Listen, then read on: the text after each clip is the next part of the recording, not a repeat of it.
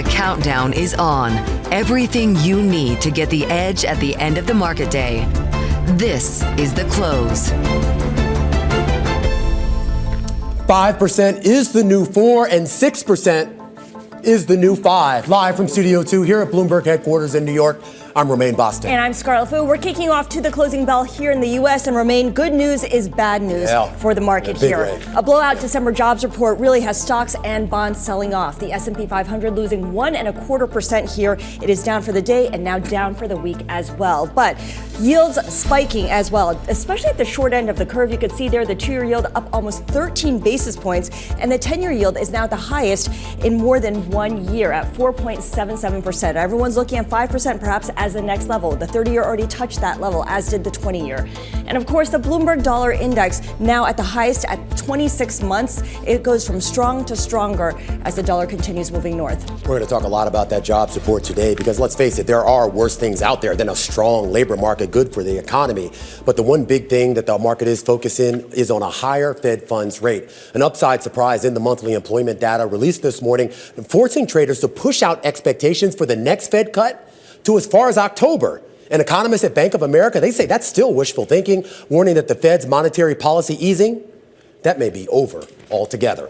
Investors selling their 30-year bond holdings to such an extent today that the yield topped 5% intraday for the first time in more than a year, a repeat of what we saw with the 20-year 2 days ago. Inflation-protected Treasury losses today, though smaller, indicate higher expectations for CPI growth over the next 5 years. The next big monthly data point that we get, that comes 5 days from now, the government's consumer inflation report.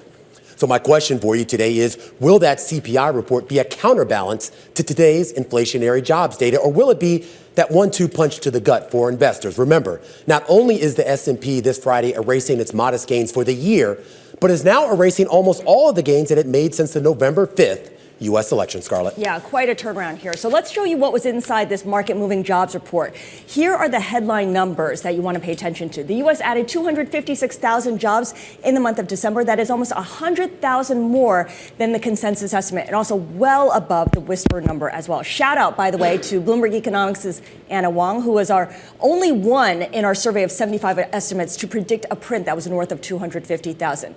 Now, Wall Street had expected unemployment and wages to hold at their previous levels, but the jobless rate actually did slip to 4.1%, and average hourly earnings, you could see there, dropping as well to 3.9%, so sub 4%, at least on a year-over-year basis. Compared with a month ago, wages did rise 0.3%. And just another quick note, Scarlett, in the jobs arena here, we're now learning that the CEO of Hershey is now out of a job. According to Semaphore, we've learned that Hershey is going to announce the departure of its CEO, Michelle Buck. We don't really have a reason for it just yet, but we'll get you some more details on that as soon as we can. Meanwhile, we kick you off to the close here on this Friday Jobs Day, a market right now really trying to reckon with a very strong labor market report. Diane Swonk is the chief economist with KPMG, and she joins us right now.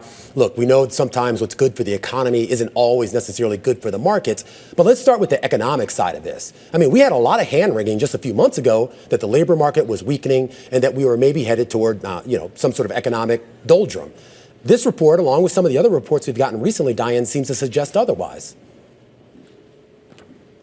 This report was certainly very good, and I think, you always want to see a good report. That's great news. I think another important issue in this report was that along with the good news that we saw, we also saw, and this was a bit of a shock to the bond market, that move up in expectations in the consumer sentiment index again on short-term inflation expectations, tariffs clearly having a role in all of that. The good news in the labor market, the things that we saw in it that were interesting that I think reflected some of the shift in the holiday season to December. We saw retail hiring shifted from November into December. We saw it happen in clothing stores. We know that some of the early anecdotal reports coming out of the credit card companies that there was a rebound in clothing during this holiday season. It's been in the doldrums for a very long time. We saw more broad-based job gains than we've seen in recent months. That's also more reassuring because we had been really relying on only 3 sectors: state and local government, healthcare and leisure and hospitality. That said, this still had, it isn't consistent with some other data we have out there, and that is things like the ADP report, which showed some cooling of earnings, and much more the JOLTS data that showed also a sort of stuck labor market. Well, we did see a decline in long-term unemployment, which is great. And we also saw people willing to leave their jobs more. That's good, too. That's a good sign. But we don't know if that's just a one-month blip or if it's sustained. If it's sustained, it is a problem for the Fed. Well, let's stop there, because I am curious on that last point that you made here about the number of folks leaving their job, because that's usually considered a sign that people have some confidence here about their situation. And we saw that that quits rates kind of drop over the last few months to a point where it seemed like people didn't have that confidence. I know it's just 1 month, Diane, but if we do start to see more of a trend of people, I guess, embracing the mobility in the workforce, does that become inflationary? It certainly could, and that is something the churn in the labor force, if it were to pick up along with labor demand, that's not what things like the Indeed Hiring Lab are saying.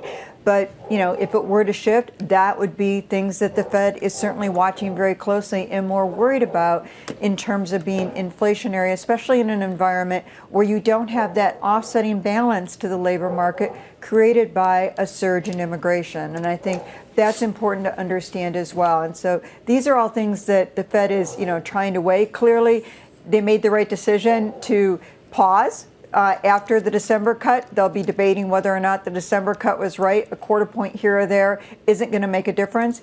I think the market's gone too far now on thinking about this as no cuts for the rest of the year. Right. However, much will depend on the course of tariffs. And maybe you've addressed this, but I wonder, given how strong a set of data this was, do we need to maybe rethink the trajectory of the labor market in any way? I mean, why is the job market proving to be so resilient? And is it still reasonable to expect it to resume its cool down? Well, I think the interesting thing is it has been resilient, but we're also coming out of, we got an extra lift on spending on vehicle sales, the highest since mid-2020, May 2021 in the month of December, because of replacement demand due to those monster hurricanes. So there's a lot of noise in here as well. So I don't want to take any 1 month, and the Fed does not take any 1 month in and of itself. And underlying, we have seen some softness in the belly of the labor market, and that's what the Fed had been counting on. It doesn't want too much softness. It doesn't want too much strength. That's a very hard place to get. And it gets to question is how much can we count on a soft landing anymore? And that's the more challenging issue, no matter what the rate trajectory is. This is getting much harder for the Fed to be thinking about purely a soft landing, given the remarkable resilience the economy has shown so far. So that puts the onus on that CPI report, which, as Romaine mentioned and reminded us, comes in 5 days' time. If it does come in stronger than expected, to what extent does the debate inside the Fed turn to perhaps rate increases? Not yet, but I think the Fed is certainly, they would rather stop short on rate cuts and keep monetary policy restrictive than actually raise rates and overshoot unnecessarily. That said, if they have to, they will reverse course. We've seen the Brazilian central bank have to reverse course on rates, but that is a place they would rather not be, which is why they'd rather pause in an area they still feel is restrictive for monetary policy. I think, one of the interesting things to me is we also saw vacations in the month, people on vacation in the month of December, the highest December on record. Wow. Well, on that last point, though, when we talk about this idea of the Fed maybe potentially pausing, that's not necessarily the worst case scenario. So we're what, 4.2% or 4.2.5%, excuse me, on the lower bound there, 4.25, excuse me. So we're now talking in the secondary market. We're looking at a 2-year yield today, Diane, trading at 4.4%. So basically between the upper and lower bounds. Does that signal a market relatively in sync with where rates are right now? It is to some extent, but what we've seen is that remarkable backup in the bond yields, the Treasury bond yields, which has had an impact on mortgage rates. And so I think to some extent, we also see some self-correcting going on in the bond market here in terms of the chilling effect it's going to have on things going forward. So even though I think we ended the year on a strong note, and a high note. We also saw consumer spending all condensed into the month of December, and some noise due to disasters, which sadly we haven't escaped. We've got another major disaster with all the fires in California. All of those things are distorting what is the underlying picture, but at some point in time, that's why the Fed for now would like to just sit back to the sidelines and wait and see. They need to see what policy looks like. They also need to see what these things mean for the overall economy, and they're not going to front run it. That said, they've already signaled they're more than comfortable to wait for quite a long time if they have to. All right, Diane, really appreciate it. Diane Swonk joining us from KPMG, the chief economist. We have some breaking news. You look at HPE, Hewlett-Packard Enterprises, the share is climbing right now after Bloomberg reported that it won a deal to provide the X social network, Elon Musk's X, with AI-optimized servers worth over $1 billion. Clearly a win here for HPE, which had been seen kind of as falling behind in the whole AI server business, certainly when you compare it to Dell or Supermicro. So once again, Hewlett-Packard Enterprise reportedly getting a big win according to our reporting. The stock is up 2.6% on a deal worth more than $1 billion to provide X with servers optimized for AI work. All right, let's go back to the markets for a moment here, the bond market specifically, because U.S. yields have climbed some 100 basis points since the Fed began cutting interest rates in September. Here with more context on if and when yields reach certainly 5%, if not 6%, is Liz McCormick, chief correspondent with Bloomberg News. Liz, I got confused there because when the Fed cuts rates, you don't expect to see rates increase. And that's exactly what we've gotten here. It feels like 5% is inevitable at this point for the 10-year yield. Yeah, exactly. People were saying yesterday, hey, we have to get through 4.75, and we've done that. And we have, the 30-year over 5%, broke it today. But yeah, I think that, like you said, Scarlett, usually Fed cuts, rates go down. That hasn't happened. It's interesting now, like you guys have been speaking and Diane spoke about that. Now, for a while, it was just the bond market kind of seeming upset, worried about fiscal policy, the new administration, bond yields were rising, even though the Fed cut and stocks were plowing on. But now, like, this good news is kind of bad news for everybody, with stocks kind of paying attention to this rise in yields, which will weigh on them eventually. But I think that there's nothing right now to stop the bond market, right? As you've been saying, there's many street analysts saying the Fed is not going to cut until later, many saying no cuts. So that's not going to juice the market. We have to see something. So it's going to be like we have the inauguration on the 20th, and we have to see what happens from the administration now. So we need some catalysts. As you said, Romaine, we have CPI next week. So maybe if that were surprisingly soft, which is not the forecast, but there's just not a lot in the way of yields kind of creeping higher. Yeah, CPI next week, PPI, import-export prices as well. It's kind of interesting, Liz. We talk about this move in rates, and we should point out this move up in rates, of course, predates today's report, and a lot of that had to do with anxiety around economic policy. So, what are traders positioning around right now? What is most important to them? Is it what the Fed may or may not do, or is it much more about what the new president may or may not do? Yeah, well, I mean, they would say we have to position for everything, but I think you're right.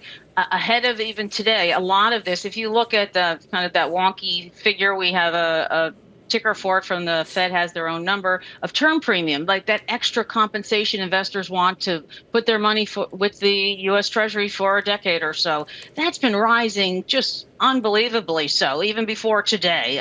So that shows some worry about, hey, the economy, all these policies may churn the economy, tariffs may be inflationary, we need some compensation.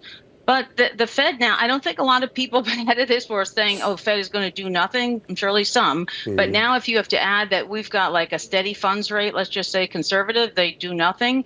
That's still, like we said before, not going to help you. So I think the market is now saying, I was already concerned. Now I have to see what the administration really does. We have a new Treasury Secretary, Scott Bessent, if he's confirmed, and we'll find that out in not too long. Yeah. Does he, when we saw long rates here last time, Romaine, when they were issuing a lot more long-term debt, and that was October 2023. So let's see what happens. It's going to be a lot on the administration now if the Fed seems in at least a hold for several meetings at least. All right, Liz McCormick, always love talking to her, chief correspondent with Bloomberg News, as we keep the conversation going about the market's reaction to today's jobs reports and, of course, the tailwinds from the U.S. election, which, at least for a minute, had been fading. Most stocks now lower since President-elect Trump's win back on November 5th. And a lot of people asking, as Liz was asking in the bond market, what's going to be the next catalyst for the stock market to push prices higher? Tracie McMillion, head of global asset allocation strategy at the Wells Fargo Investment Institute, joins us right now. And Tracie, are you still optimistic on stocks heading into this year? So we are, Romaine, at least through the end of the year, we do see markets moving higher. However, we expect some volatility here, and we expect some choppiness throughout the year as markets really recalibrate not only to new policies, but also to really a new policy style. President-elect Trump has a more escalatory to de-escalate strategy, a more disruptive type style, and markets need to re-assimilate to that.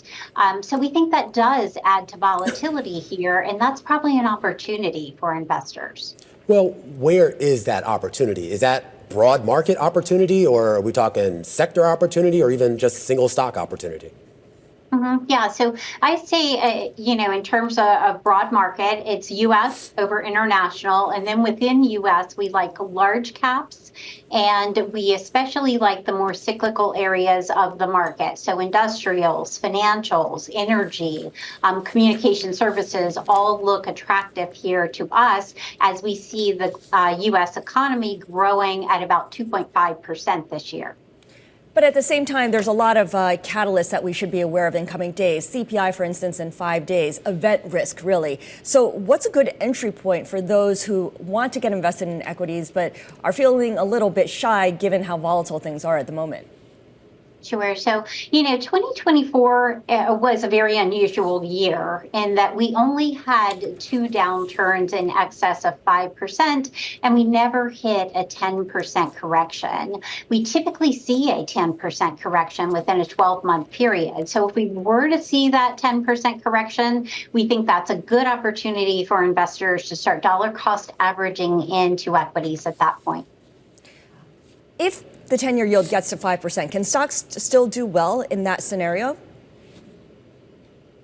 So 5% probably so, but if we get much beyond 5%, then we think that's going to cause investors to reassess the valuations that we have on stocks right now. As you know, the PE multiples are very rich, and that is somewhat justified by the composition of the index and the growth rates that we've seen. Yeah. However, if we have to discount at more than 5%, then that starts to bring that valuation into question. It's a real quick question. Only have about a minute left, Tracie, but I do have to ask you about the moves that we're seeing today in the commodities space on the back of concern about the incoming president in the U.S. and potential interplay of sanctions. Brent crude up at $80, WTI at $76, $77 a barrel.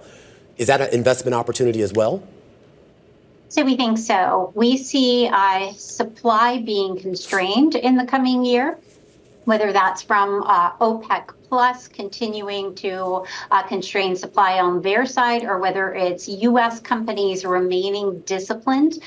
We do think that oil could reach $85 to $95 per barrel by the end of the year. And for some time, we have also favored precious metals. And we think that precious metals also are a good hedge to event risk and to inflation risk. All right. Well, certainly those are the bright spots today in the broader market. Tracie, I have to leave it there. Tracie McMillion, head of global asset allocation strategy at the Wells Fargo Investment Institute, as we continue our focus on the market and a focus on some of the big movers of the day, and that includes Walgreens, one of the few stocks in the green today after a big beat to its U.S. pharmaceutical sales. We're going to have an analysis up next in our top calls. This is The Close on Bloomberg.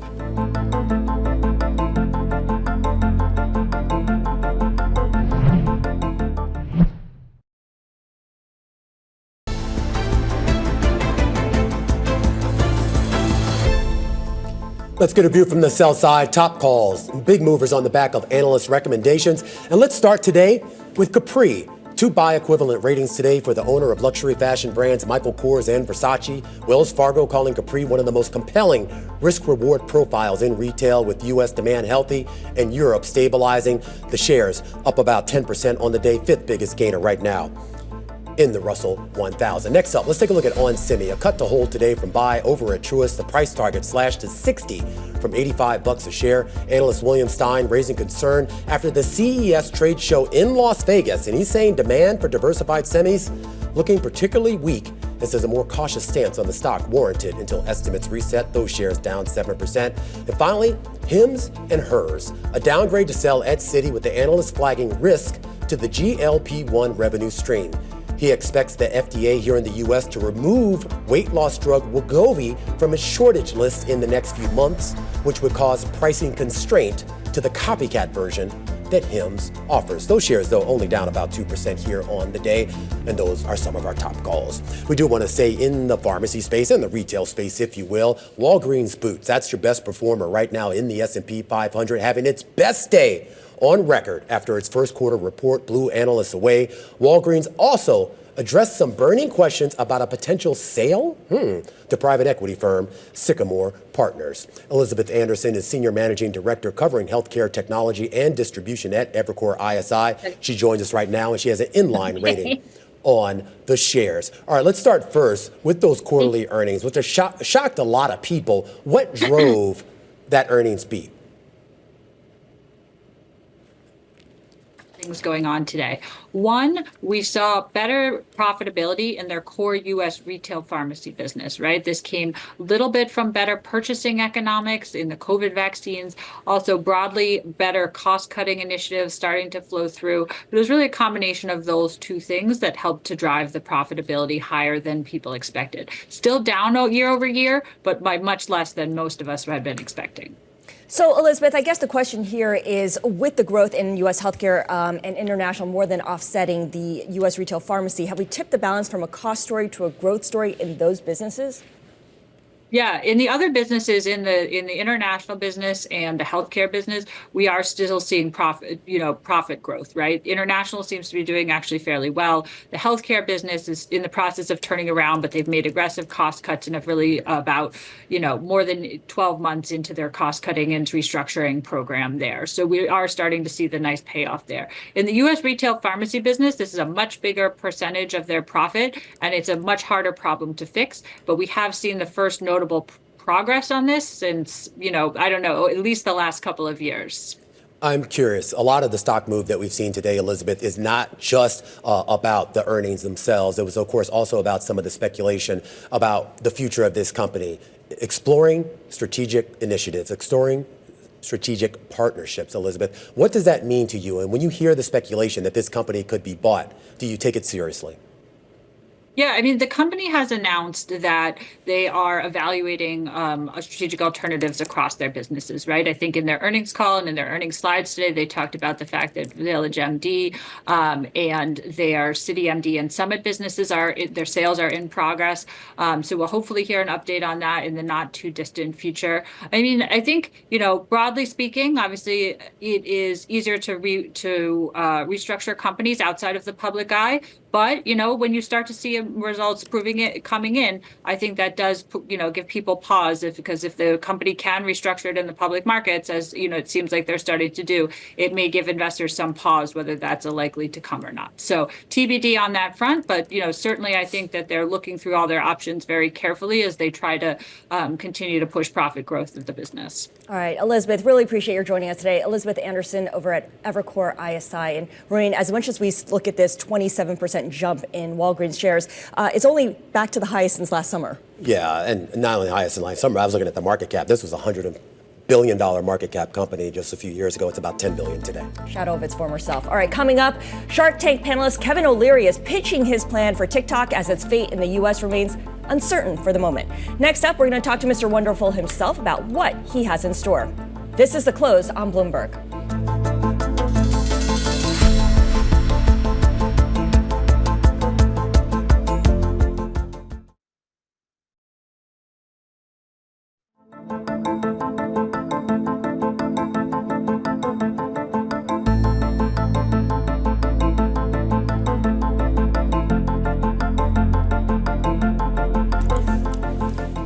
3:30 p.m. in Washington, D.C.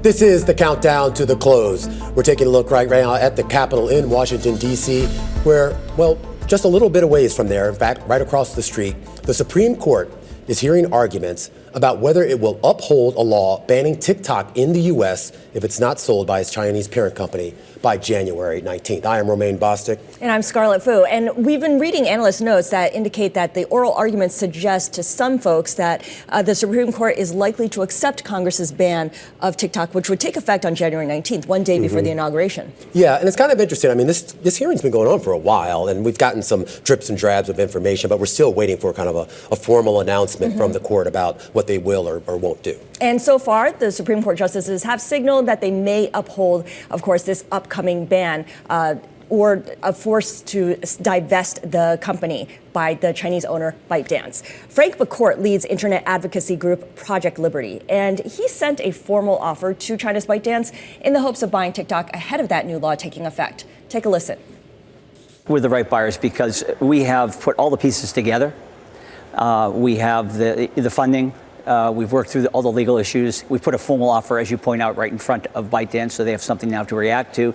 And most importantly, we have the clean American tech stack. In order to sell, they need to enter into an agreement, which is why we put a formal offer in front of them in the last 24 hours. Joining us now for more on this effort is one of the names backing the Project Liberty bid for TikTok, a partner of Frank McCourt. He is Kevin O'Leary, chairman of O'Leary Ventures. Kevin, it's good to speak with you.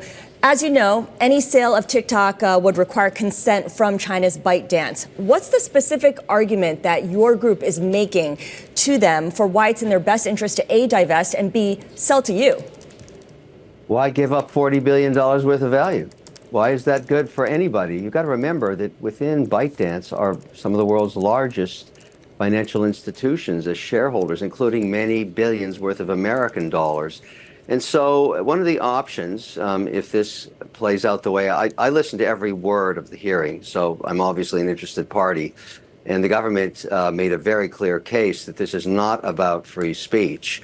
It will be freer, and there'll be lots of speaking after we buy it. This has everything to do with the spyware aspect of ByteDance, and they're not going to tolerate it anymore. Why this bipartisan order is going to be upheld. I believe that to be the case. When that occurs, could be as early as next week, could be today, we don't know. The company will have a binary decision, either to shut it down, turn it off, or find a buyer. The only syndicate is our offer last night. So we would like to engage in a process, obviously, and we're willing buyers. But the real issue for ByteDance and the supreme leader of China is, what message do you send to the world's capital pools when you're competing to become the largest economy on earth, that on a whim you would erase 30, 40, 50 billion dollars worth of value and just take your bicycle and go home? I mean, that is a very bad look if you're trying to raise capital at the lowest cost. So my thinking is that somebody's going to say, wait a second, we should sell it and let it go on. And that's what I'm hoping. Right. And so is Frank. So, Kevin, you've been vocal about wanting to buy TikTok for a while now, for almost a year, and you've floated this $20 billion number without the algorithm, purchasing TikTok, but without that algorithm. Why or how is TikTok worth that amount if you don't get the famous For You recommendation engine? You know, I'm very familiar with this platform and have been using it for years through the proxy of all the companies I invest in. I have the data every Tuesday on CAC on every single social media platform. So because I don't have the data room yet, I'm just going to give you some estimates. There's about 7 million small businesses, products sort of between 1 and 3 million in sales, 5 to 500 employees, represent 62% of job creation in America. Most of them are on TikTok, and they're all my people. These are 2 generations of Shark Tankers. I'm going to guess that 95% of them know me. And I would like to bring them on the journey with me. And I want to use equity crowdfunding to do that so they can be my partner going at the same deal I'm investing in. And we go into this deal together. Now, we're going to add a lot of features that TikTok doesn't have. And we've been talking about this together.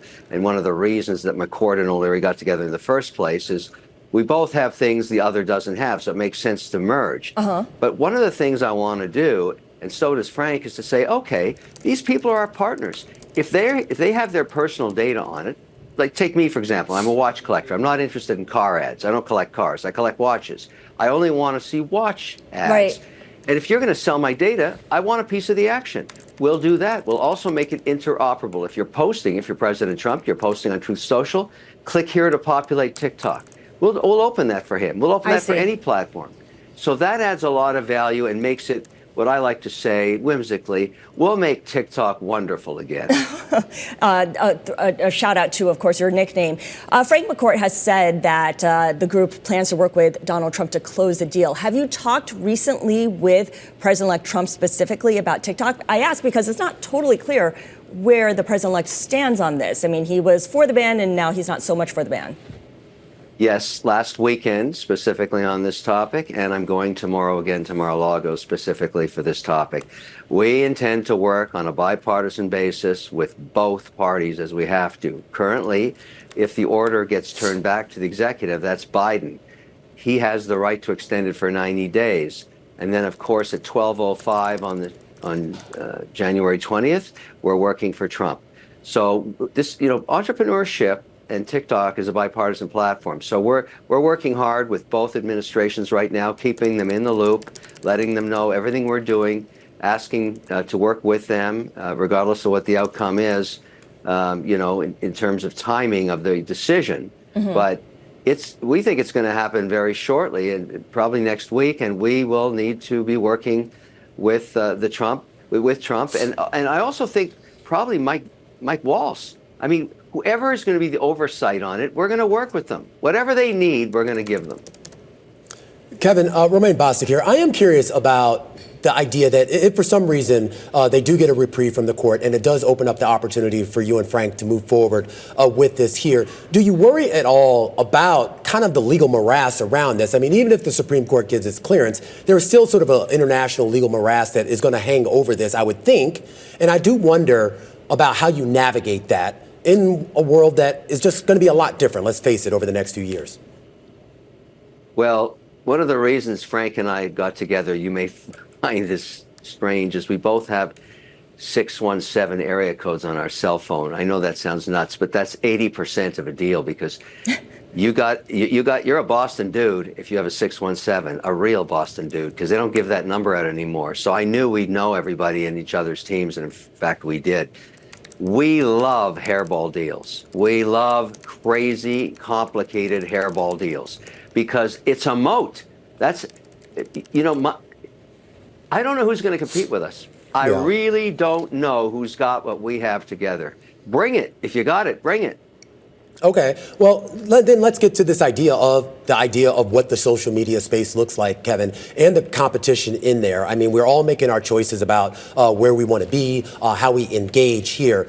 I've talked with Frank a lot, and I know he has a very grand vision for what he thinks social media should be, a way to make it more informative, maybe even a little kinder, and certainly more consistent here. I assume you kind of have the same ethos?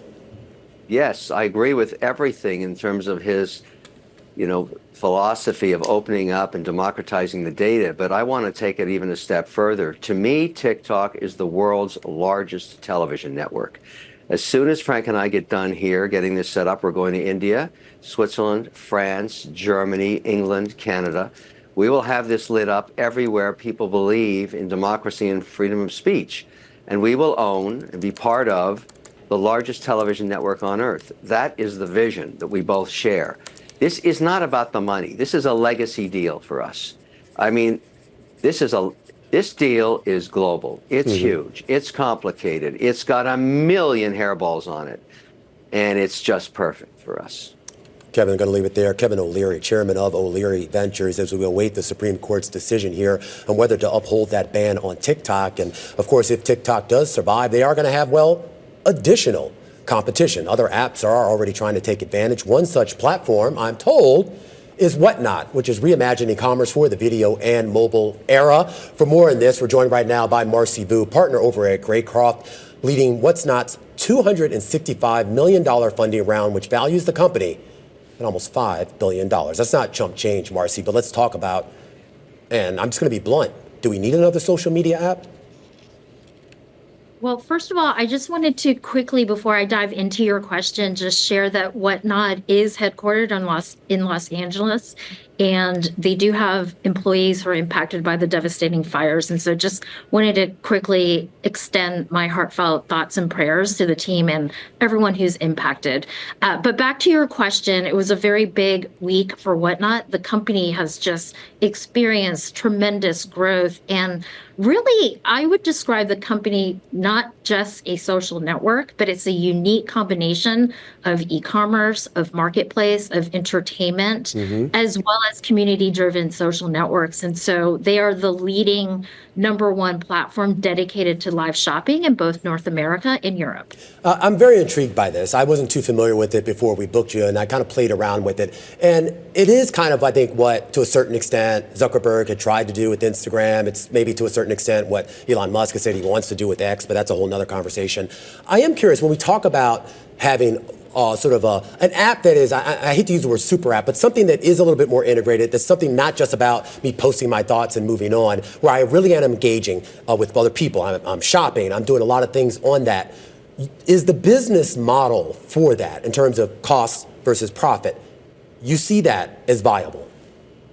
This business model is really about helping individuals, SMBs, and established brands build successful businesses on this platform. It is a really interesting combination of shopping, and I think we can all agree that it's just so much more fun when it's personalized, it's authentic, it's immersive, it's interactive, and that's what they're doing. They're really combining the fun and energy of live, in-person retail with the reach and efficiency of a digital platform.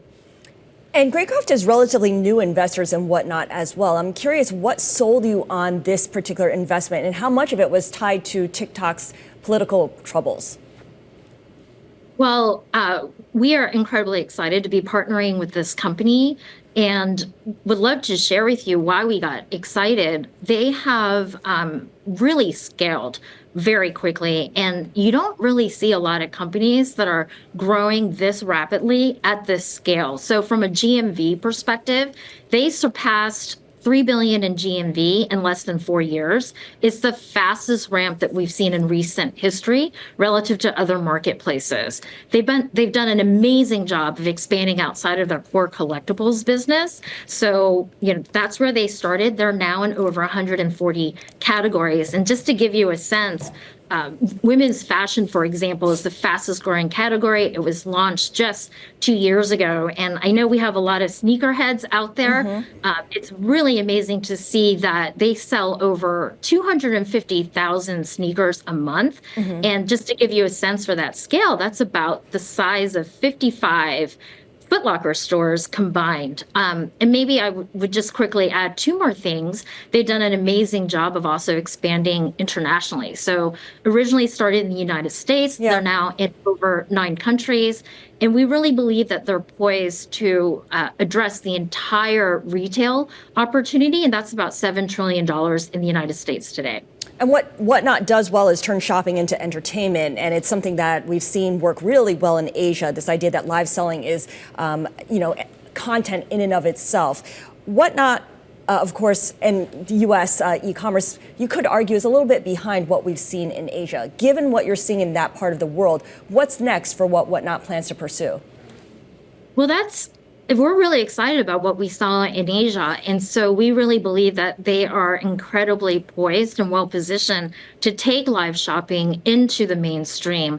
It is a really engaging experience. And the other thing I would share is just these communities of very passionate and enthusiastic sellers and buyers are very durable. And it's just really exciting to see how they've been able to also benefit from network effects, where you have users who are both buyers and sellers, and also 80% of the sellers on the platform actually started off as buyers. Yeah. Marcie, you're going to have to leave it there. Wonderful conversation. We're going to catch up with you after all this is over, once we get that decision, and I'll get your thoughts as well. Marcie Vu, a partner over at Greycroft, talking about her app that she's invested in, what's not. We do want to go back to that breaking news on Hershey. That semaphore broke just a little while ago. We now have confirmed here at Bloomberg, according to a person familiar with this situation, that the CEO of Hershey, Michelle Buck, will step down. However, the board has asked her to stay on until at least mid-2026 so they can search for a successor. She has been with the company for quite a bit of time. They did not have a successor lined up. We're now learning that she has agreed to stay on at least until 2026, an extended period to oversee that transition. The company is set to announce that they will launch a new CEO search to replace her. Again, this is according to a person familiar with the situation. All right, coming up on the close, we're going to count you down to the closing bell. Nguyen is partner and CIO of Equity Strategies with Research Affiliates. That's up next. This is The Close on Bloomberg.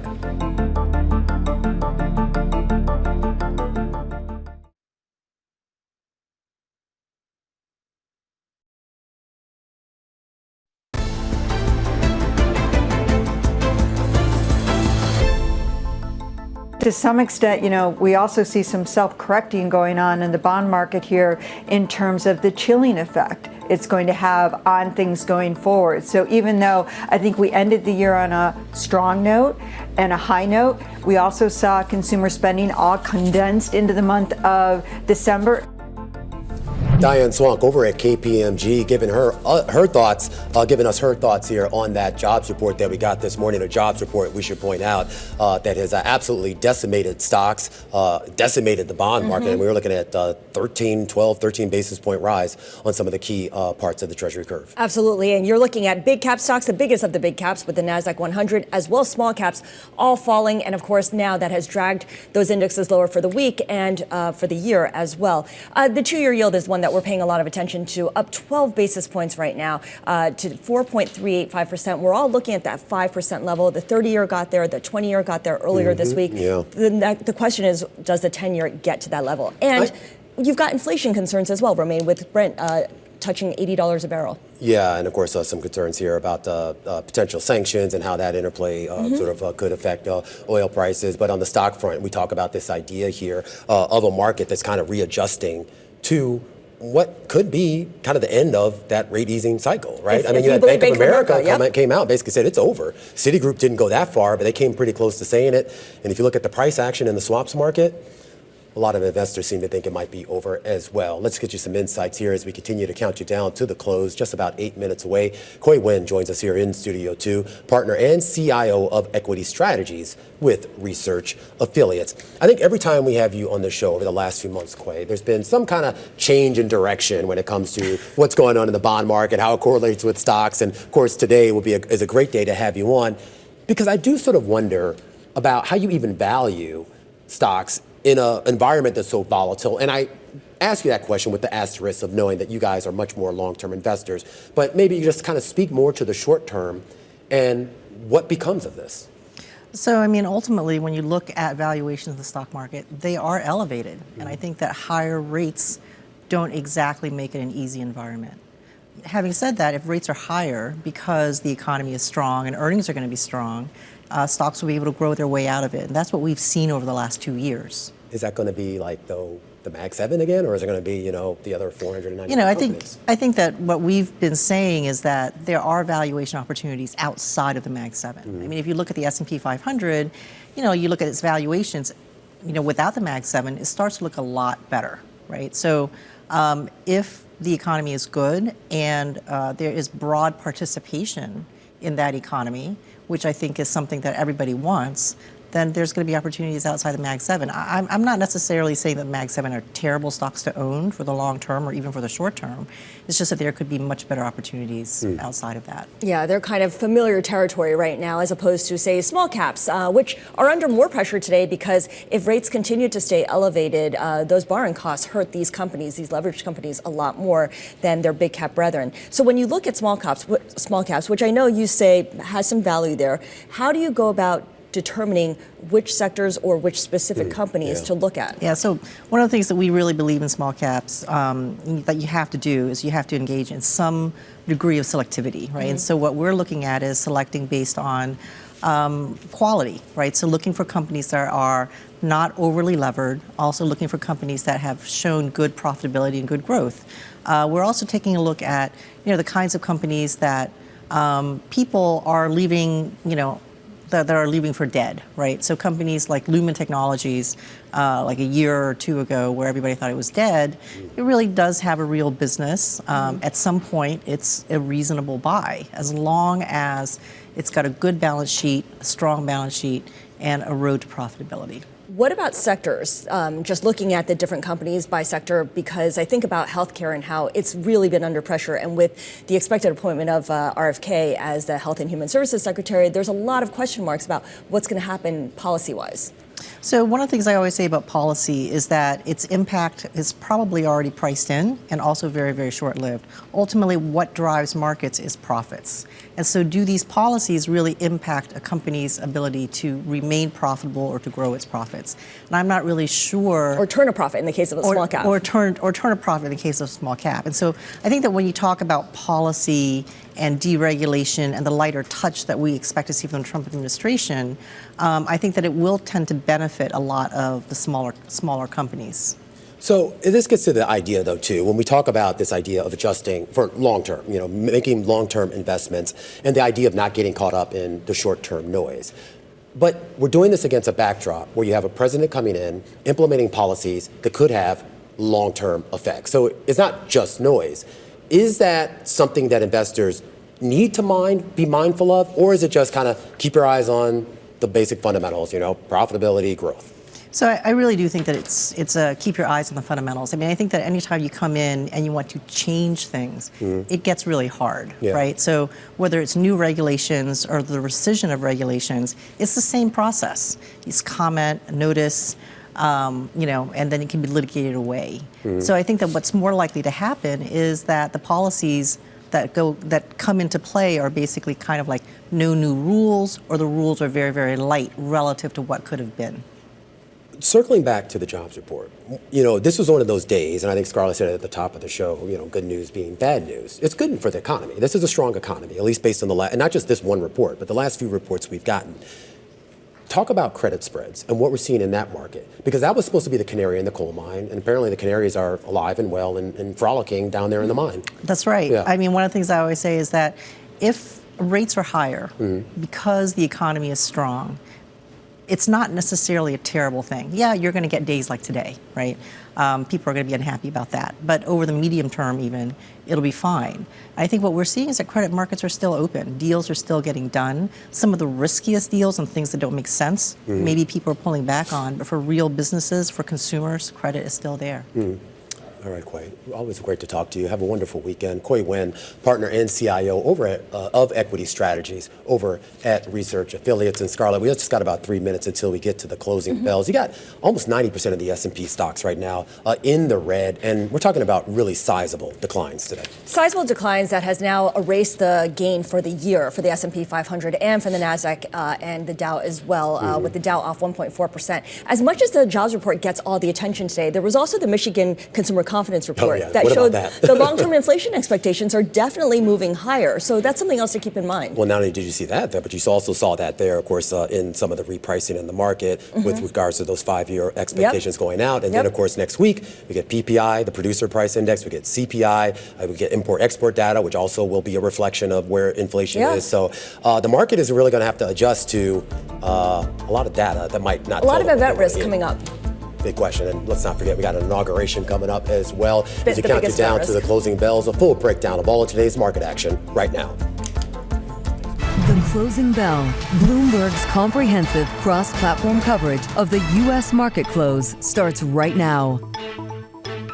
And right now, we are 2 minutes away from the end of the trading day. Romaine Bostick alongside Scarlett Vu. Alex Steele has the day off. We're taking you through the closing bell with a global simulcast, joined right now by Carol Massar and Tim Stenovic in the radio booth on what is an incredible day all around, not just for markets, but for the economy as well. An interesting data point coming out of the employment space, and of course, a market reacting to it in a very negative way. Yeah, good news is bad news. How many times do we say that? We saw such a big move up in rates, and that's certainly significant in terms of expectations about the Fed. Having said that, I got to say, Tim, one of the things that we've talked a lot about, the airline sector today, courtesy of those Delta numbers and Delta outlook, and you see the whole space up about 4.5%. Okay, you're talking about airlines. I'm looking at yields moving higher because Alex isn't here. I don't know if Romaine or Scarlett is going to do yields in a minute, but guys, it'll be a surprise. 476 on the 10-year?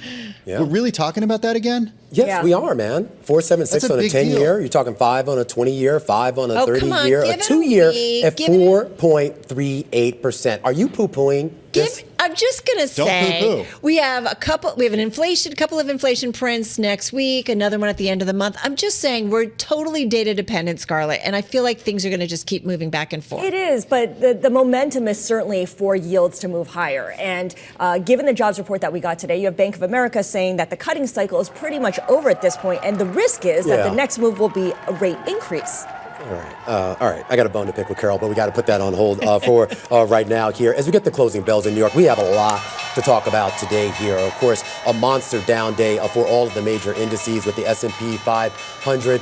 Looks like it's leading the charge down on the day, down about 1.6%. It always takes some time for these numbers to settle, but that's going to be the worst day going back to mid-December, and it's now back down to its lowest levels since November 5th. So erasing all of the gains on a year-to-date basis, and they were modest gains, but also erasing all of the gains since the election, with the asterisk that a lot of those big gains that we saw in the S&P came kind of ahead of the election as well. Down 91 points or 1.5%. The Dow down 700 points or 1.6%. The NASDAQ down 300 points or 1.6%. And look at the Russell 2000, a 2.2% decline here on the day. Mid-caps down 1.4% and transports, Carol, down 1.1%. Yeah, a definite negative tone, no doubt about that in terms of the equity trade. You look at the S&P 500, most names in the index lower today, 434 to the downside, Scarlett, only 67 gaining some ground here. Yeah, but the ones that did gain ground all belong, or not all belong, but many of them belong in the energy sector. That is the lone slice of the pie there. That is green. Energy index gaining about 0.3%. Utilities, the next best performer, down 0.6%, along with healthcare.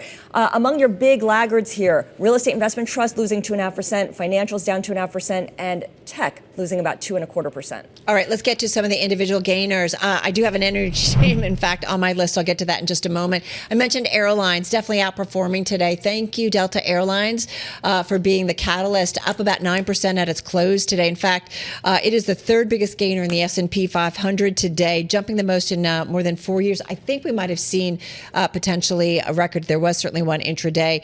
Carrier's profit beat Wall Street's estimates for the final months of 2024, buoyed by gains in both the U.S. market and overseas. Yeah. The company does not expect the momentum to slow in the new year. What do you got for me? Well, can I just say, as somebody who's booked 3 different flights over the past couple of weeks, I understand why they're making so much money. Where are you going? It's a secret. Oh, are you bringing me?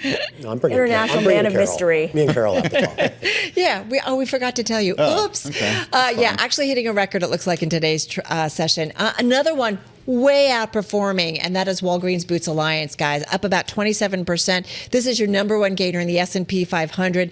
Again, searching the most intraday, even after it reported, I should say, quarterly sales that surpassed Wall Street expectations, easing some pressure. This is a company that's thinking about a transformation, trying to figure out what it needs to be, what it needs to do, also mulling some strategic options, including a possible sale. So nonetheless, investors liked hearing that performance here. And one more, Scarlett, you mentioned the energy names. Constellation up 25%.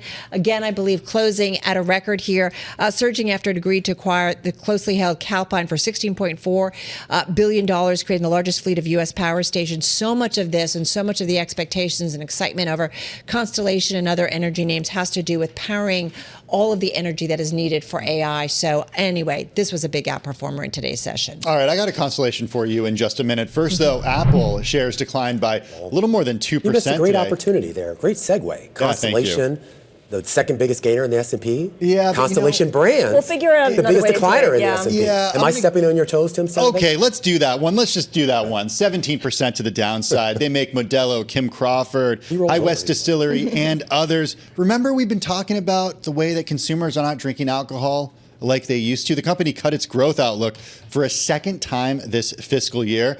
They missed quarterly sales estimates. They cited lackluster consumer demand. Shares fell 17%. The folks in the control room, they're not happy with me jumping around, but I'm going to go back to Apple because it was one of the biggest weights to the downside in the S&P 500. NVIDIA was the biggest one. That fell today by 2.4%. Shares down about 9% from those all-time highs back in December.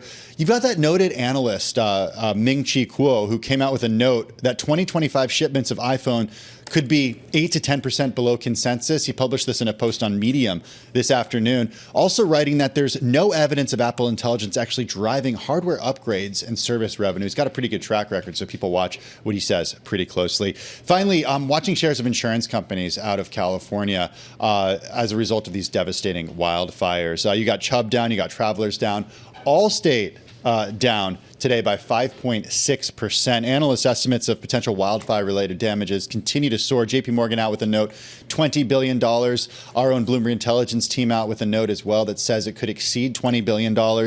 Southern California utility firm Edison International also fell today after the company is asked to preserve evidence in connection with the blaze. PG&E, I should mention, was lower too. Absolutely. Well, let's take a look at yields because the only thing more dramatic than what we saw in the stock market was the move higher that we saw in yields, a massive sell-off in the Treasury space. In fact, 6th straight day of selling that we've seen there. And take a look at the 2-year yield, up 12 basis points. Of course, that is the most sensitive to changes in Fed policy, 4.3792 and change, 4.7 on your 10-year yield, a 20-year yield closing above 5, and a 30-year yield that at one point in the session also traded above 5% for the first time in more than a year. Yeah, pretty significant. Talking with our Michael McKenzie about rates. You know, we've seen the longer end of the yield curve moving up, but to see the short end really move up in terms of expectations for the Fed doing less here in 2025. All right, what caught our attention has to do with CEOs and big executives and folks on Wall Street. We're going to start with the CEOs, what we're seeing. Bloomberg Intelligence out with a report today. The headline catching our attention. CEOs are on a shorter leash thanks to shareholder activists. And they say CEO turnover is related to an overall rise in the number of shareholder activist campaigns. But what caught my attention is they say more notably companies that push out a CEO when an activist comes knocking are doing so with record speed. They're not waiting. Yeah, CEOs lost their jobs due to activist pressure at a record pace in 2024. 119 were let go. It's about steady versus the record high back in 2023, but up about 26% from the 2018 to 2022 average. Yeah. So those activists, Romaine, they've got some power. Absolutely. And speaking of CEOs, I guess stepping aside, we learned a little bit earlier, based on people familiar with the situation, that the CEO of Hershey's would step down. Hershey's is now confirming that, out with the public statement saying that Michelle Buck, who has been CEO of Hershey's since at least, I believe, 2017, will be leaving the company, but she's not going to leave until 2026, they're saying. They have launched a search for a successor, so she'll be sticking around for at least a year to oversee the company and presumably to help, of course, with that CEO transition. We should point out she's also been with Hershey's Food for about 20 years. She's in her 60s, so no sense here that she was forced out, but a changing of the guard for Hershey's. Yeah, fits in with that theme again of CEOs being swept aside. Another big story that we've been focusing on here is bonuses, right? Because people are going to get paid their bonuses pretty soon at the big banks. We already know that Wall Street bonuses will likely jump by double digits, at least 10% at JP Morgan, at Bank of America, at Morgan Stanley. Deutsche Bank has signaled that as well, but they're tweaking their bonus formula or how they judge bonuses to incorporate factors like teamwork, which has got a lot of people nervous. Wow. How do you measure that? Then we should all get a massive bonus. Although, Romaine, I don't know about that for you. Yeah, that's all right, Carol. You know that any bonus I get, they just basically take from your pool.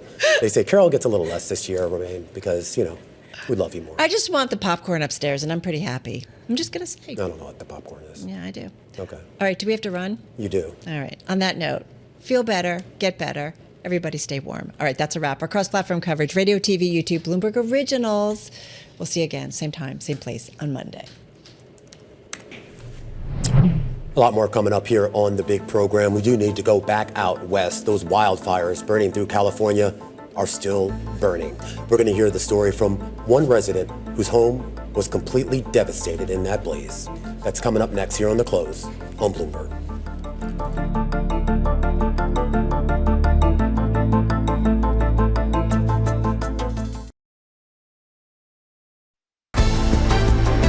countdown is on. Everything you need to get the edge at the end of the market day. This is The Close.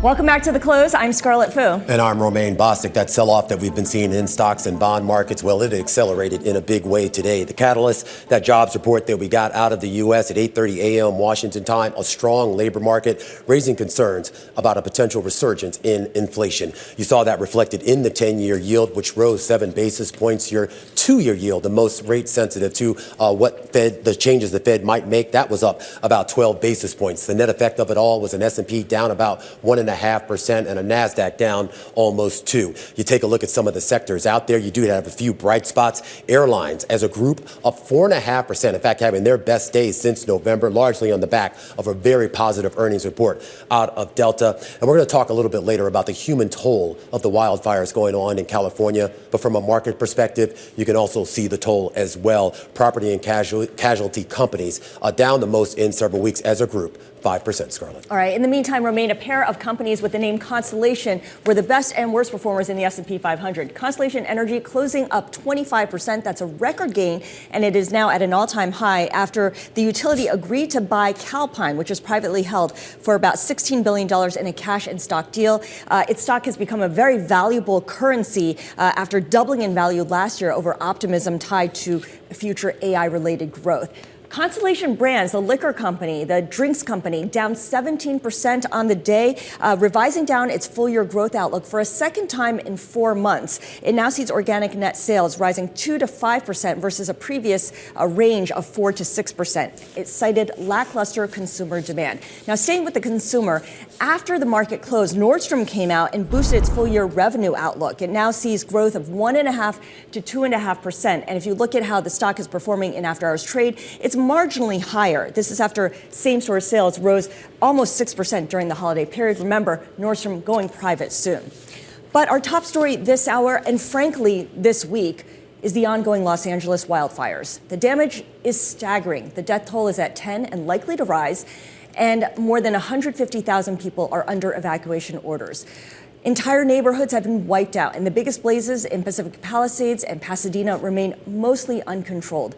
JP Morgan has estimated that insured losses now top $20 billion. And of course, that raises difficult questions about what the eventual rebuilding effort will look like and cost.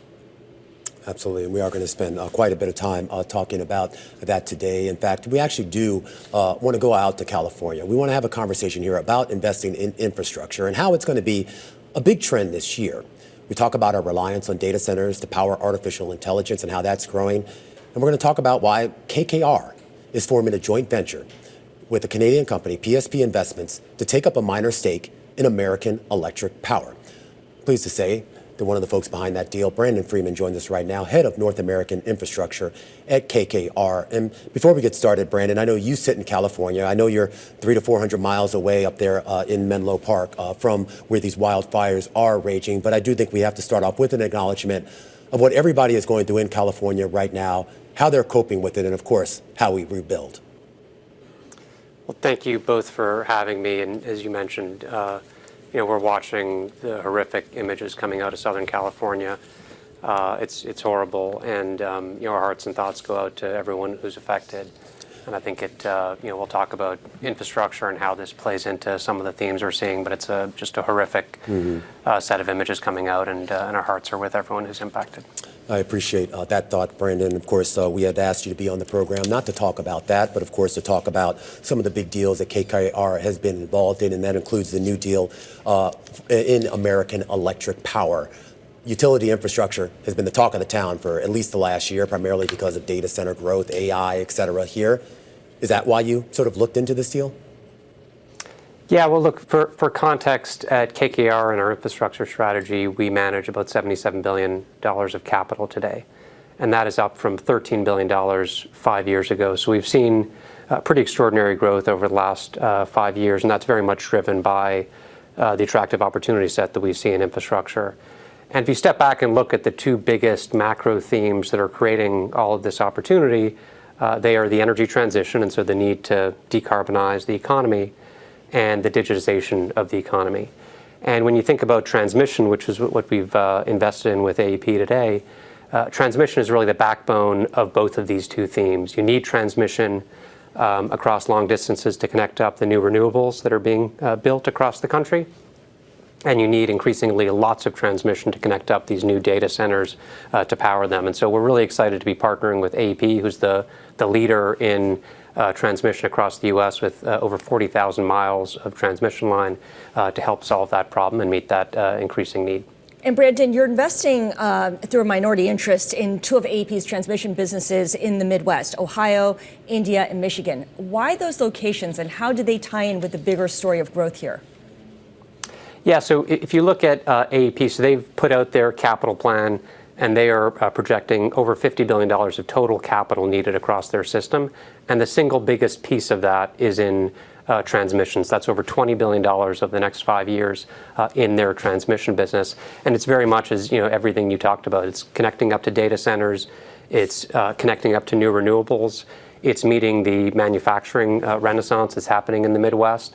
And if you look at that $4 billion of capital a year that is going to be invested in the system, the reality is the first $2 billion a year is really just to maintain the current age of the system. It's really just to keep the reliability. And so all of that growth is really that last $2 billion. And so we are very bullish on the need for capital across transmission across the country, and especially in these three states. Because of all the macro factors that are creating such an acute need. And so we're excited. A big part of our strategy at KKR is corporate partnerships. Over 50% of our investments are partnerships with corporates. And so a big part of our focus is on being the preferred partner, the most flexible partner, the most value-added partner to help address these needs. Why is that a good structure, a partnership, versus another form of investment, another way of going about it? Well, if you look at it's a great question. If you look at the transmission assets in the U.S., they're all housed within these regulated utilities. And so the reality is these utilities, they've been operating for many decades, often over a century. AEP is a world-class operator. And so our focus is not on creating a new transmission business. It's really on partnering with the best-in-class transmission businesses and bringing flexible capital, value-added capital to help meet that need. Private capital is most valuable in businesses that are going through an inflection or a transformation, and you're seeing that in the utility space today, where a business that used to be much slower growth now needs to meet much more significant needs, and we think private capital has a pretty significant role to play in helping to solve those problems. All right, Brandon, really appreciate your joining us today. Look forward to speaking with you more in the future. Brandon Freiman is head of North American Infrastructure over at KKR. Coming up, fire crews racing to contain the wildfires out west in Los Angeles. We're going to have the latest next from the City of Angels. This is The Close on Bloomberg.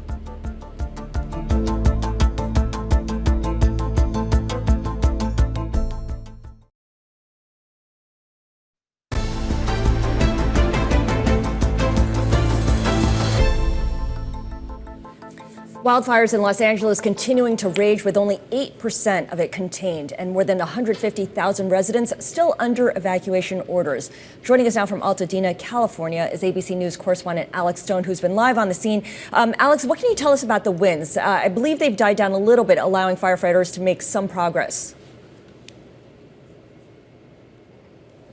Scarlett and Romaine, yeah, they've died down quite a bit. This is much better than it has been the last couple of days. The winds are very calm today. Firefighters are able to get up quite a bit in helicopters and drop water. They've been able to get some air attack up to drop fire retardant on this fire and the fire in Pacific Palisades. They're trying to take advantage of this time right now because while the red flag fire warnings are set to expire later on tonight, they could come back. There is another Santa Ana wind event expected at the end of the weekend into early next week, and things could really kick up again. So they're trying to take advantage of this right now, and they have been doing that today. But just the devastation here in Altadena, where now this fire has just become the second most destructive wildfire in California history and the most destructive in Los Angeles County history. At least now they are, through an aerial survey, estimating that around and maybe more than 7,000 buildings have been destroyed. And let me show you, it all looks like this. It is home after home. These are homes. You can see the melted car sitting in the driveway. There is gas, natural gas, still spewing openly in this neighborhood right now. The buildings, all that remain are the chimneys and really nothing else. All right, Alex, be safe. Alex Stone, ABC News correspondent on the ground there in Altadena, California. And we do want to talk now to someone who did lose their home in that fire in the Pacific Palisades. We talk a lot with William Quigley. He's a crypto and blockchain investor who co-founded Wax and Tether, and he joins us now from, I presume, a different location. And William, first of all, I'm really sorry for your loss of a home. We know losing a home is not just a loss of property or material things. It really is the loss of your soul and your memory. I am curious as to whether you knew you needed to evacuate ahead of time, whether you knew that this was going to be severe as it is, or not. I'll tell you this, and for people who've lived in Southern California, particularly Los Angeles, there's a phenomenon, a weather phenomenon known as the Santa Ana winds. Strong winds blowing from the desert into and through the canyons of Los Angeles. I want to say this because I think a lot of people don't realize this in America. One of the largest gatherings of arsonists in the world exists around Southern California. Every time one of these high wind, Santa Ana wind conditions occurs, many people, and we believe they coordinate on things like messaging apps, social media, go into the foothills and set fires. It appears, based on how many fires were started simultaneously, that happened again. I want to say, normally, in normal conditions, and by the way, I learned about the high wind conditions coming from my property manager on Monday night, and I said to her, there's going to be a firestorm. Get to that property and take out what we can. And she did, but she literally got out right as they were doing the evacuation.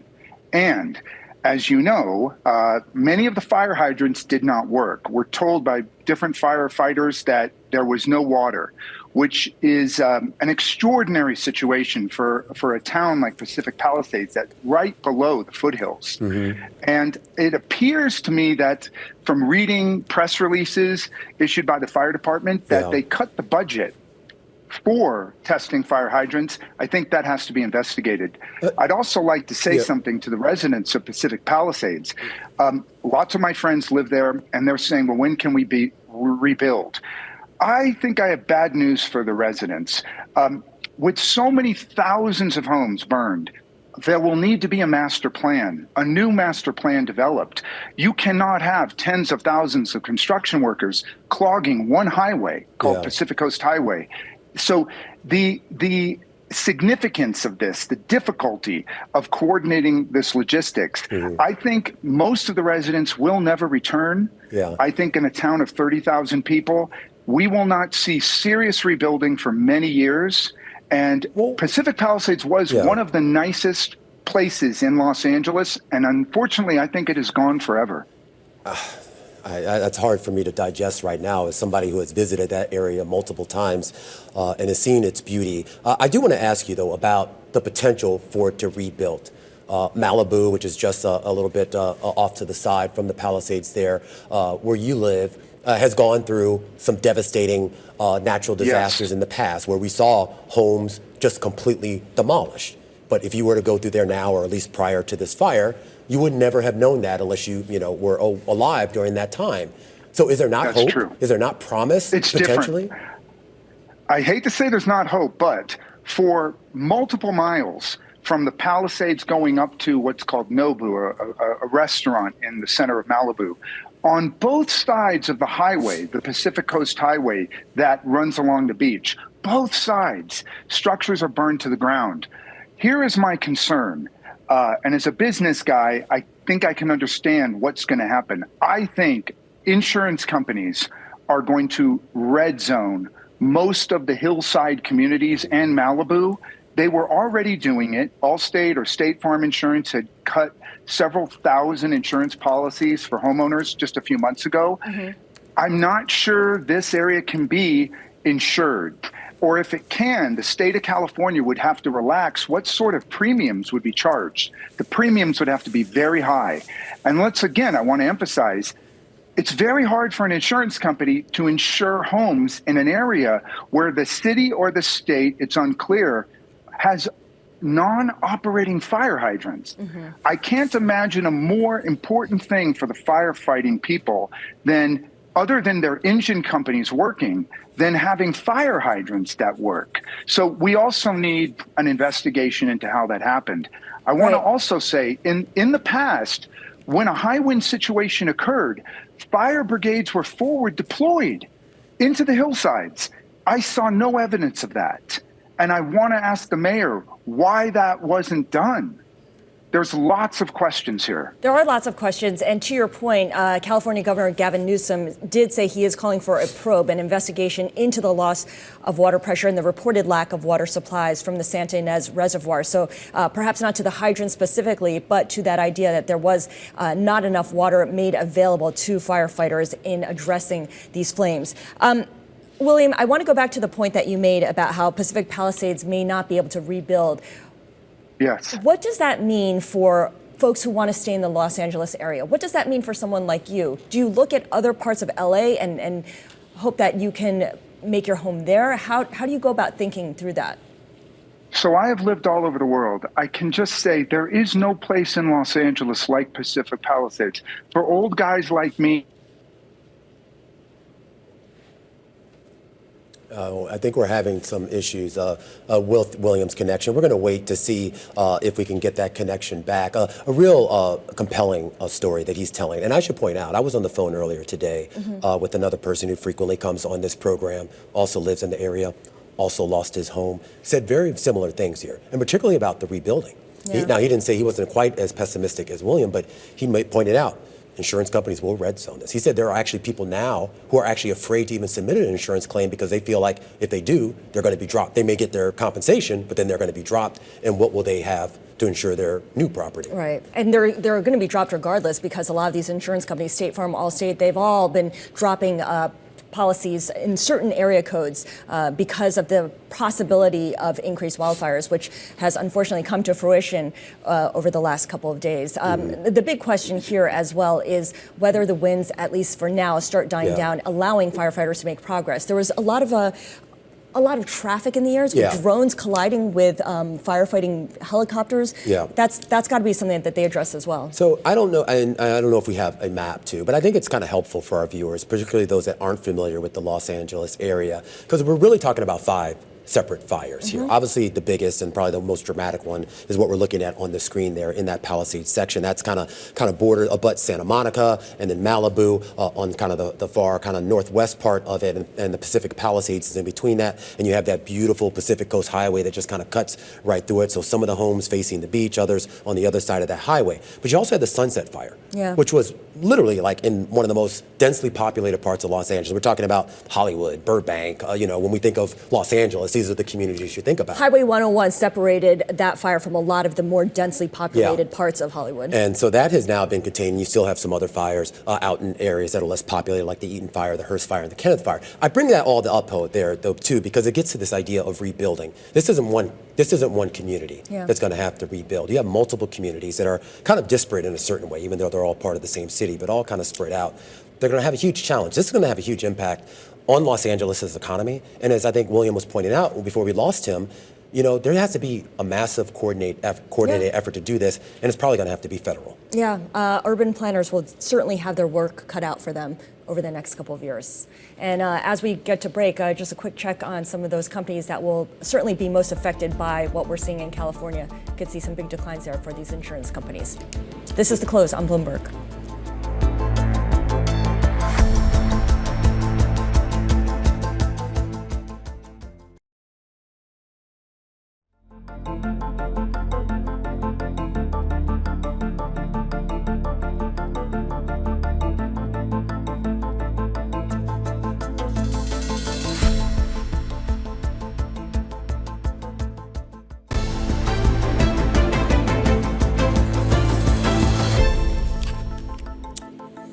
All right, let's take a quick look back in history. It was on this day, January 10th, 2001, when Trans World Airlines filed for bankruptcy protection and submitted a reorganization plan to be bought by what is now American Airlines. TWA, along with Pan American and Eastern Airlines, they were pioneers in a now bygone era of commercial air travel, a time when people dressed up for flights, ate 5-course gourmet meals in the air, and then walked over to the cabin's piano bar for a post-dinner smoke. Yeah, they had piano bars. TWA, in many ways, was an aviation historical institution. Charles Lindbergh, the first to fly solo across the Atlantic, mapped the transcontinental route that would form the basis of TWA in 1930. TWA, that was the first airline to offer coast-to-coast passenger service. It was the first airline to offer in-flight entertainment systems. And inadvertently, it kicked off the era of air cargo when it agreed to carry a livestock shipment from St. Louis to New Jersey. Now, Howard Hughes bought TWA in 1939 and would occasionally fly the planes himself with his co-pilot seat occupied by, well, whichever Hollywood starlet he was seeing at the time. This all made TWA seem glamorous, futuristic, cool. But times would change, and so too would TWA's image. Hughes lost control in the 1960s, and the new owners pivoted to less luxurious endeavors, like the hotel, food, and real estate businesses. And in 1988, in comes Carl Icahn, the corporate raider who seized control in a leveraged buyout that saddled TWA with a level of debt that it was never able to shake. 1988, that would be the last time TWA posted an annual profit. When the 1990s recession hit, TWA was forced into bankruptcy. And while that gave it a new life, the opportunity was squandered by 1995 because of an ill-advised ticket discounting deal, which led to bankruptcy number 2, where it emerged just in time for a dispute with its labor unions. Following shortly after that was that fatal 1996 crash of Flight 800 off Long Island.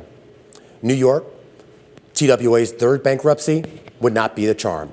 It was effectively absorbed by American Airlines in that third bankruptcy, which did make some promises to actually hire TWA's 20,000 workers. But unfortunately, those promises came the same year as the September 11th attacks, which would completely reshape air travel and lead to more than 30% of the commercial air travel workers losing their jobs. Scarlett? The timing didn't work out there, certainly, for TWA. Well, that does take us to today's jobs report, which saw the addition of 256,000 jobs across the U.S.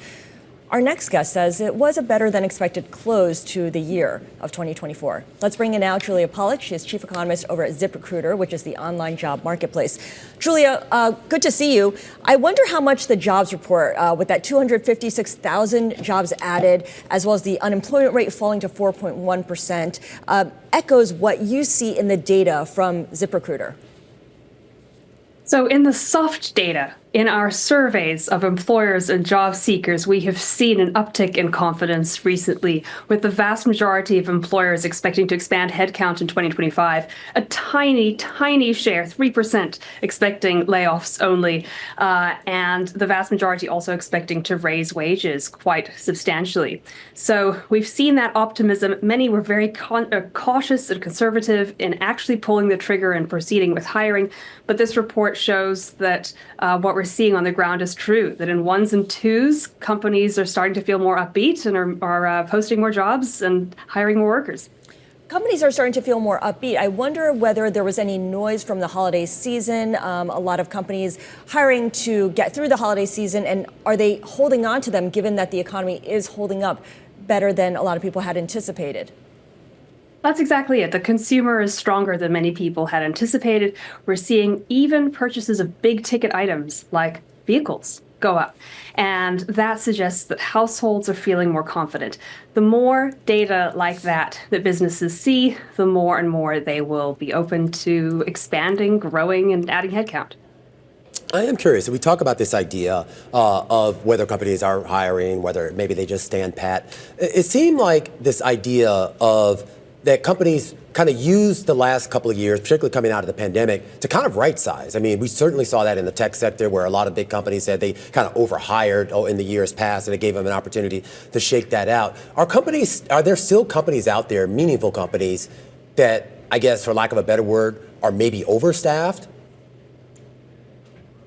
So the fact that companies are hanging on to workers, that they've shifted so much of their focus towards retention, suggests that they don't feel as though they've overhired. They feel as though they need to hang on to people because they anticipate business picking up in the coming year.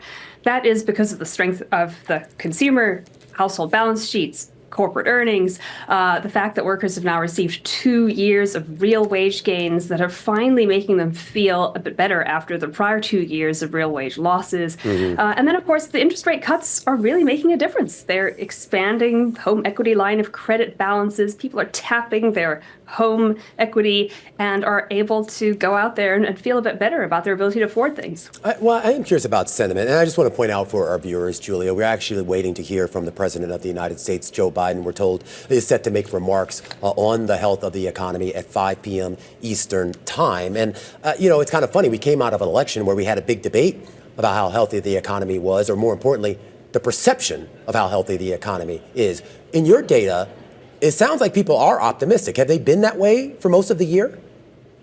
No, and our optimism is still fairly weak. I mean, more than twice as many job seekers say that their job search is going poorly than well. And we've got to put things into perspective here. This is still a very slow, sluggish labor market with very little churn, very little turnover. It's great if you have a job and you have unprecedented job security. It's much harder if you don't have a job and you want to break in.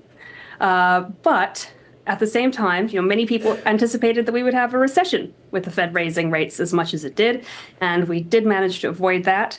And there are now signs that perhaps with the Fed easing its foot on the brake pedal and these tailwinds picking up, that the labor market could rebound and that growth could expand. It was so narrowly concentrated in healthcare and government, but now we're seeing professional business services and retail pick up a bit as well. Curious, Julia, about the labor force and supply in the labor force. There's a period of time right now where we expect to see a lot of retirements because baby boomers have reached that age where they do start stepping out of the workforce and perhaps move on and kind of enjoy their golden years. Is that still happening? And I wonder, because you made the comment about how if you're out of a job and you don't have a job, it's very difficult to find one at the moment. What does that mean for people who perhaps are looking to add some more flexibility but are frightened about the possibility of finding a new job? Scarlett, talking about retirements and an aging workforce, this year begins what demographers are calling peak 65. The period of 5 years where the largest numbers of Americans will turn 65 and age out of the workforce. So we should expect to see record high retirements at the moment. Instead, in the JOLTS data that came out earlier in the week, we saw record low retirements in many industries. That suggests that perhaps workers are feeling as though they can't retire, that the recent bout of inflation has forced them to stay in longer. All right, Julia. Well, certainly an optimistic jobs report that we got today. It'll be interesting to see what that inflation data looks like next week and whether that optimism remains. Julia Pollak is the chief economist over at ZipRecruiter. Yeah, but the job report was a big driver in financial markets today. We talk about how it's good economic news, not so good for asset prices in equities and in bonds. You could see U.S. stocks getting hammered here with the S&P 500 losing 1.5%, small caps falling even more, and yields moving higher, certainly at the short end of the yield curve, as a lot of investors are now cutting back their forecast for when the Fed's going to cut rates all the way to, say, October, as opposed to June earlier on. And we should mention as well, the dollar goes from strong to stronger. The Bloomberg Dollar Index at a 26-month high here as people anticipate that the Fed will be less dovish, perhaps even hawkish, as Bank of America has said that the rate cutting cycle is over and the next risk potentially is for a rate hike should inflation continue to move higher. This is The Close on Bloomberg.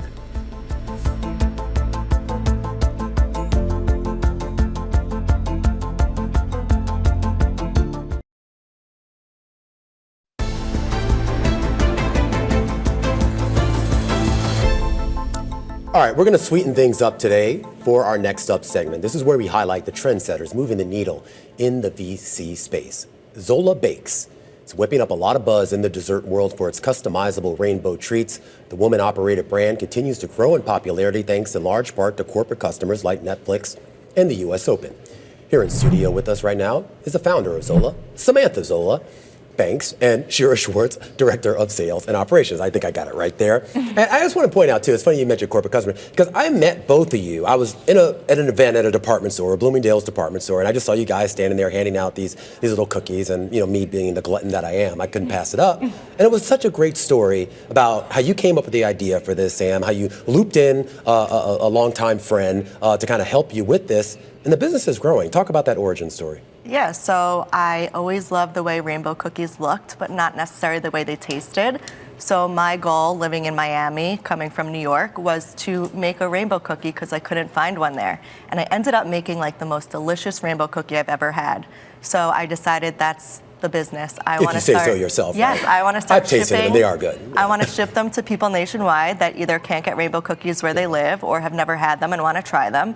And it really blossomed and blew up on social media. And I called my friend Shira, and I was like, you got to come, you got to join me, like we can do this. And it's really just boomed and been a lot of fun. So, Shira, when you came to this, did you have any trepidation? You already had a job, you were working. Did you have any trepidation about leaving, I guess, a more stable, cushy corporate gig to take a chance on, entrepreneurial venture? You know what? It's always a gamble, right? Mm-hmm. But for me, what I always said to Sam is I'd rather take the gamble on myself, and watching her blossom this beautiful company into what it is today, as a friend, has been so fulfilling to see and watch, and I couldn't be prouder to be a part of it. So Romaine was lucky enough to have sampled one of your cookies, but I haven't. So we brought some for you. Don't worry. Thank you. But I want you to just introduce briefly, what exactly is a rainbow cookie? It sounds delicious, but I want to know what flavors are actually in there. Sure. So a typical rainbow cookie is almond cake. It's layered with jam and topped with chocolate, typically in Italian colors. But we wanted to revamp them, give them a new name. So we do all the rainbow colors. You can customize them. We have raspberry, apricot, Nutella is our special twist. We do a dark chocolate drip on top or a white chocolate drip. We can do any decorations on top. Okay, my stomach is growling here. It's delicious. And ours are super moist, not like your typical New York deli cookie. These are like a very high-end, high-quality rainbow cookie that you really can't find anywhere else. And right now you make this available online and obviously to corporate customers. A lot of e-commerce native brands, I think like Warby Parker, they all eventually set up a brick and mortar shop. Is that something you're thinking of, and is that key to your brand? So we love doing pop-ups. I think that's very beneficial for us. I'm not sure if I see a storefront in our future, but we love to have these relationships with places like Bloomingdale's, where we get to go in every few months and give out our cookies and see people really enjoy them and love them and bring them home and order them. So, but how did you get to that level, though? When I hear you've been selling to Netflix and the U.S. Open, and I met you in Bloomingdale's at a private event. Like, how did you get them to take a chance on you? So it's been quite the growth for Zola Bakes.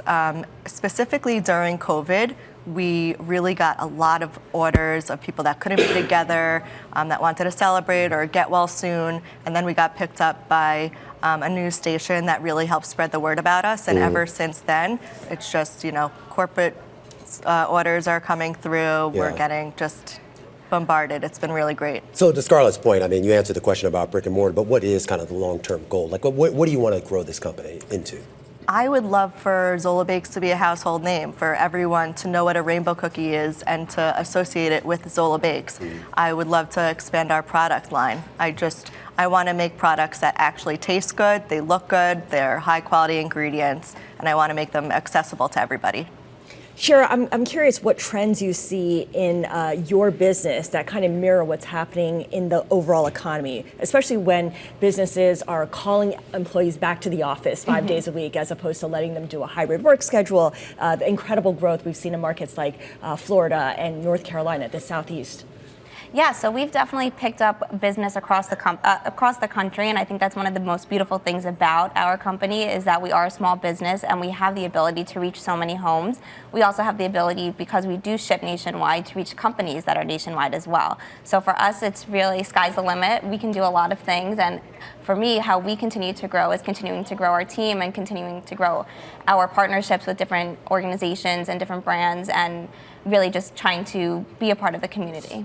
And you were saying earlier that your busiest period is the holidays, Yes. when people really are gifting each other cookies and other delectable treats. Does that make January a difficult period when everyone is determined to go to the gym and shed all the weight that they gained over the holidays? You know, there's definitely a dip down for the first couple of weeks of January, but for us, we take a deep breath, and as we start baking and getting ready for the next holiday, so Valentine's Day is just around the corner, and as we do giftables, being a part of everyone's life and all the occasions, especially the extra sweet ones with Valentine's Day, it's a really big time period for us. So a little bit of slowdown, but we're ramping up right now, which is really exciting. That's our standard GLP-1 question Yeah. for anyone who comes on the show with food. But on that front, though, too, I mean, as a business, as business owners and developers here, you obviously have to be cognizant of risk out there. And we've talked a lot on this show about inflation, the cost of ingredients to go into your thing, or the cost to hire people like that. So how do you sort of adjust for that? I know it's kind of hard to forecast where prices are going, but how do you react to them when maybe you go out and you buy, a carton of eggs for a certain amount of dollars, and then realize that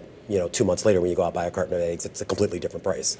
Yeah, so it's all about a balance, and it's really looking at the ingredients as a whole. I mean, our margin internally is obviously important to us, but also our relationship with our customers means a lot to us as well. So making sure that their needs are filled just as much as ours. We're a small company, so we are a family, and we look at everything. So it's good for us to see things as it's rising, how we internally are able to kind of take that back and say, let's think of how we can really solve this problem together.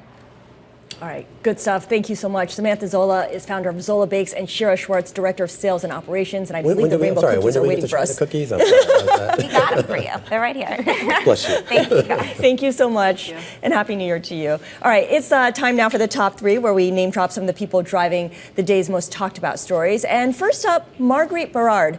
She was named CEO of ABN AMRO, making her the first female chief executive in the Dutch bank's history. She comes over from BNP Paribas, where she headed up the French commercial and personal banking business. Yeah, and the idea here, I mean, obviously this is a huge a promotion for her, and actually a huge deal for ABN AMRO, but we talk about this idea of women leadership at the top of these firms. I think Europe has had a somewhat sketchy record over the last There's few Anna Botín years. over at Santander. There's a couple of notable ones, but on the whole. Okay, 1, 2. Okay, but it's not again, not that it's that much better here, but again, I guess progress is coming. And anytime there is progress, we'll note it. I'm keeping an eye on Jean Smart. We were talking a little bit earlier about the wildfires. Of course, she is the Emmy-winning actor. She's actually saying that the networks should not air any upcoming award shows like the Oscars due to the wildfires in LA. And I was going through a list here. We're actually basically in award season. It kind of kicks off towards the end of this month. You have Sundance, which is supposed to start January 23rd. The Critics' Choice Award was supposed to be this weekend. That's already been pushed back to the 26th. But the Grammys February 2nd. The Oscars aren't until March 2nd. But she's basically saying, look, a lot of these events were going to be held in LA, and even if they weren't, they're, of course, the people who are going to attend it primarily live in LA, and maybe they're not in the mood to celebrate. Yeah, the counter argument to all of this is this would hurt the people who, work behind the scenes on the show and make their livelihood from that. So it's another thing to think about. Third on the docket for us is Ethan Davis. He is the latest in a string of Republicans to join Meta. Davis is Donald Trump's former Justice Department lawyer and was named Meta's lead of litigation. Mark Zuckerberg has been repositioning Meta to be more Trump-friendly. Yeah, that might be an understatement. There was just also a headline a little while ago how Mark Zuckerberg was talking about how companies have been neutered and need more masculine energy. He was on Joe Rogan criticizing the Biden administration. That's fine. I mean, I don't know. What about that? There's a lot going on with Mark Zuckerberg. Yeah, there is a lot going on with Zuckerberg. I don't know if he was wearing a $900,000 watch when he said that, but it'll be an interesting 4 years here as Zuckerberg prepares for the new administration. Meanwhile, we prepare you for next week a lot of potential market-moving events, including that J.P. Morgan Healthcare Conference on Monday, as well as the UBS's Greater China Conference that day as well. And here at home, we have KB Home reporting earnings. Earnings season doesn't start just yet, but we're getting ever closer, and home builders are certainly of interest given that mortgage rates have started to ascend once again. On Tuesday, we are going to start to get confirmation hearings for Trump's cabinet picks. That includes Pete Hegseth to run a DOD. And we're going to get another read on inflation here in the U.S., but from the producer side. Yeah, from the producer side, and it's kind of a drum roll to the CPI report on Wednesday, which will really answer some questions about whether inflation is something that the Fed now needs to put even more of an onus on, even more so than what they said at the last FOMC. Also, in South Korea, the Yoon impeachment trial begins. CPI report, of course, coming out on Wednesday morning at 8:30. That same day, we're going to get some earnings as earnings season really starts to pick up. Citibank, JP Morgan, Goldman, Wells Fargo, BlackRock, all scheduled to report that day. on Thursday, we do get more earnings, including Morgan Stanley, Bank of America, J.B. Hunt, TSMC, and United Health. And we also get a big report on U.S. retail sales. Yeah, U.S. retail sales. We know the strength of the consumer has been a boon for the economy overall. We also get a confirmation hearing for the Treasury Secretary. Scott Bessent is the man to watch right now. And then we round it out on Friday with U.S. housing starts and earnings from Schlumberger. Tune in next week.